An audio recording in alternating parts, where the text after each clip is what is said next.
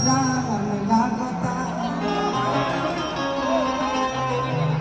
हर चीज के सही तहर बढ़ले बा खाली सुना तहर मान लागता। जब ऐसे बाल बनाइए तो ये बिल्कुल खाली लग रहा है।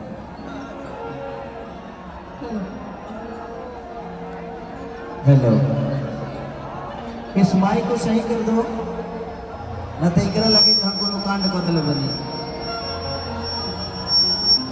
आप कभी कांड कर ही नहीं सकते हैं। और सबसे पहले तो आप सभी को मेरा प्रणाम है।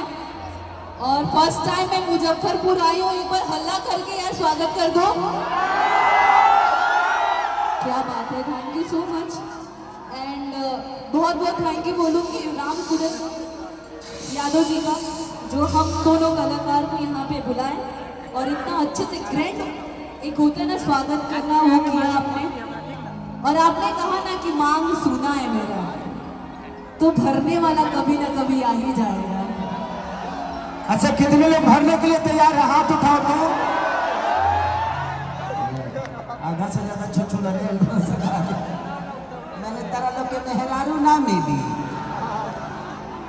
एक तो इंडस्ट्री में इतनी खूबसूरत महिला है, इसको भी लेकर जाना चाहते हो।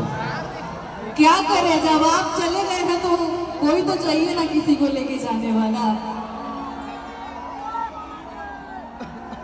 कि का कही कि हमर बुरा हाल हो गई, तू अइलू लगे तो दिल कुछ कमाल हो गई।